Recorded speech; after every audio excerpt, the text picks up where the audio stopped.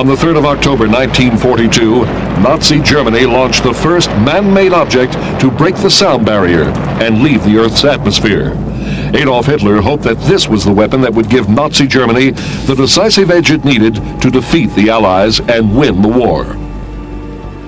Designed as a long-range weapon, the V-2 rocket represented an extraordinary leap in technology. After America's entry into World War II, Germany was barraged by round-the-clock bombings by the US 8th Air Force and the British RAF. The German Air Force, or Luftwaffe, was incapable of stopping the unrelenting raids.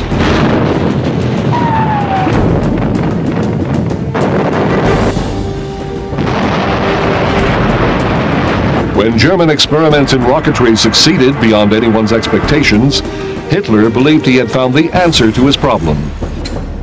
He even named these new rockets Vergeltungswaffen, or vengeance weapons.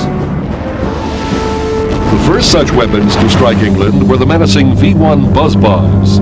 These noisy jet-propelled bombs were very effective at terrorizing civilian populations due to the distinctive loud buzzing sound of their motors. Although they caused a great deal of damage in London, their crude inaccuracy proved them ultimately ineffective as tactical or strategic weapons. The second of Hitler's vengeance weapons was the V-2, a long-range, rocket-powered bomb delivery system that could travel faster than the speed of sound. The V-2 was created by a group of scientists led by a brilliant young German rocket designer and space travel enthusiast named Wernher von Braun. In 1933, the German army persuaded 23-year-old von Braun to head up its rocket program. Although von Braun had little desire to create weapons, he could not turn down the unlimited resources offered by the army to perfect his giant rocket. Von Braun's masterpiece was 46 feet long, 5 feet in diameter, and weighed 14 tons. It took 10 long years of trial and error to perfect the gyroscopic guidance system and the liquid oxygen and alcohol mixture that gave the rocket its power.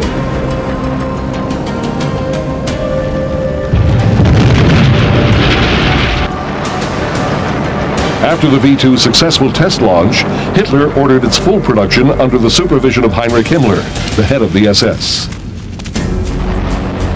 2 years later, in September of 1944, the first operational V-2s were launched against England. Each missile was now topped with a ton of high explosives. Because of its great speed, it was silent and completely unstoppable.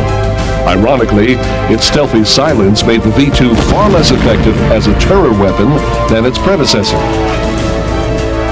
Hitler had hoped that his vengeance weapons would shatter the morale of the Allies and force them to sue for peace. But eventually, even Hitler realized that the V-weapons were not going to win the war for the Third Reich. Sadly, it is now known that more people died making the V-2 than were ever killed by it. Over 20,000 slave laborers at the Mittelwerk V-2 plant died from starvation, exposure, and exhaustion while under the control of Himmler and the barbaric SS. When von Braun protested the treatment of his workers, he himself was thrown into prison for a time. His driving passion had always been to put a man on the moon, and he even told a friend that the V-2 rocket he had designed worked perfectly, except that it landed on the wrong planet. With Germany near defeat in the spring of 1945, the race for the intellectual spoils of the war was on.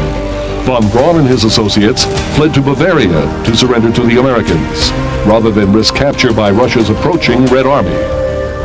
All but one of von Braun's 125 top engineers went to the United States.